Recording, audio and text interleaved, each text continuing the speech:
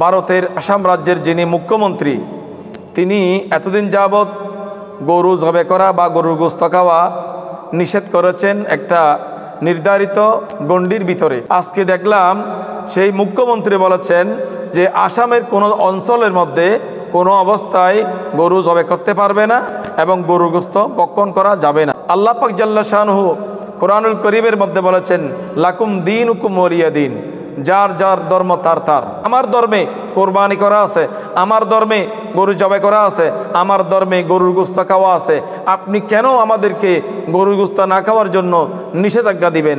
আপনি নিষেধাজ্ঞা দেওয়ার খেয়ে আপনাকে এই অধিকার খেয়ে দিয়েছে। নিঃসন্দেহে আপনি ক্ষমতার অপব্যবহার করতেছেন। ফেরাউনের অবস্থা দেখেন, ফেরাউনও ক্ষমতার লোভে, গদির লোভে, চেয়ারের লোভে, ভোটের লোভে সে বলতে বলতে এক পর্যায়ে বলেছেন, আনা রব্বুকুমুল আলা। ইসলাম ধর্ম আল্লাহর দরবারে পছন্দনীয় ধর্ম, সেই ধর্মের বিরুদ্ধে আপনি যুদ্ধ করতে যাচ্ছেন। খোদা কি কসম, আপনাকে নাস্তা নাবুদ করুক আল্লাহর দরবারে, সেই বদদুয়াই করছি। আসসালামু আলাইকুম ওয়া রাহমাতুল্লাহি ওয়া বারাকাতুহু। নাহমাদুহু ওয়া নুসাল্লি ওয়া নুসাল্লিমু আলা রাসূলিহিল কারীম, আম্মা বাদ। দূরে কাছে দেশে প্রবাসে যে যেখান থেকে আমার আলোচনা শুনছেন সকলকে জানাচ্ছি আন্তরিক মোবারকবাদ এবং অভিনন্দন। সম্মানিত দর্শক মণ্ডলী, একটা নিউজ দেখে খুবই মর্মাহত হলাম।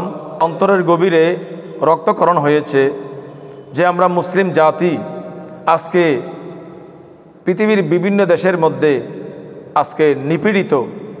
তার উজ্জ্বল প্রমাণ হচ্ছে ভারতের আসাম রাজ্য। সেই আসাম রাজ্যের মধ্যে আসাম রাজ্যের যিনি মুখ্যমন্ত্রী, তিনি এতদিন যাবৎ গরু জবে করা বা গরুর গোশত খাওয়া নিষেধ করেছেন একটা নির্ধারিত গণ্ডির ভিতরে। গরুর গোশত খাওয়া অথবা গরু জবে করা নিষেধাজ্ঞা ছিল। আজকে দেখলাম সেই মুখ্যমন্ত্রী বলেছেন যে আসামের কোনো অঞ্চলের মধ্যে কোনো অবস্থায় গরু জবে করতে পারবে না এবং গরুর গোশত ভক্ষণ করা যাবে না। এটা কোন ধরনের কথা?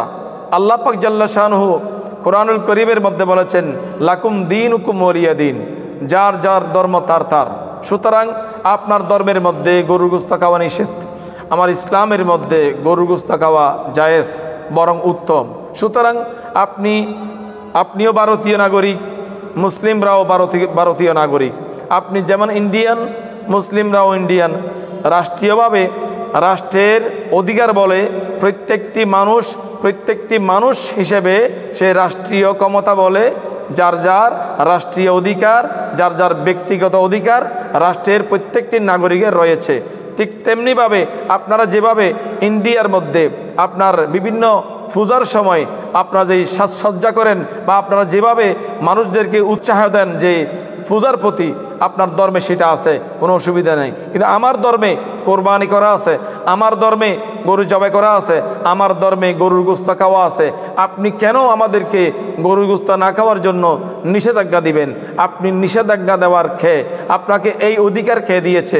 নিঃসন্দেহে আপনি ক্ষমতার অপব্যবহার করতেছেন। আপনি ভারতের সংবিধান দেখেন, ভারতের সংবিধানের মধ্যে এটা লেখা নেই যে গরুর গোশত খাওয়া নিষেধ। আপনি ভারতের একজন নাগরিক হয়ে ভারতের আইনকে আপনি লঙ্ঘন করতেছেন প্রতিনিয়ত। আপনি ভারতের নাগরিক হয়ে আপনি যেমনিভাবে ভারতের নাগরিক, ঠিক তেমনিভাবে মুসলিমরাও ভারতের নাগরিক। আপনি যেমনিভাবে আসামের মুখ্যমন্ত্রী, আপনার এই রাজ্যের মধ্যে যারা আছেন, মুসলিম যারা আছেন, তারাও সে এলাকার নাগরিক। সুতরাং আপনি তাদেরকে, মুসলিমদেরকে গরু জবাই করা বা গরুর গোশত খাওয়া নিষেধাজ্ঞা দিচ্ছেন। ভারতীয় সংবিধানের মধ্যে পড়ে না। আপনি ভারতীয় নাগরিক হয়ে ভারতীয় যেই সংবিধান, সেই সংবিধানের প্রতি আপনি বৃদ্ধাঙ্গুল প্রদর্শন করলেন।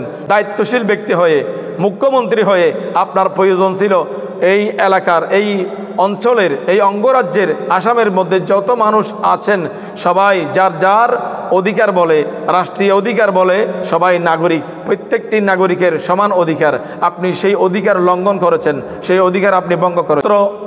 আসাম অঙ্গরাজ্যের মুখ্যমন্ত্রী, আপনি যদি একটু ইতিহাস খুলে দেখেন, আপনি ফেরাউনের অবস্থা দেখেন।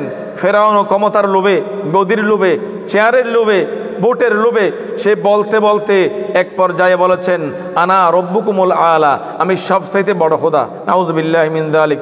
নমরুদ আপনি নমরুদকে দেখেন, সেই নমরুদ বলেছিলেন যে এই ইব্রাহিম আমি তোমার আল্লাহকে হত্যা করব, নাউযুবিল্লাহি মিন যালিক। শেষমেশ তিনি এমনভাবে অবস্থান নিল, আল্লাহ পাকের সাথে যুদ্ধ করার তিনি সেই দুঃসাহস দেখিয়েছেন।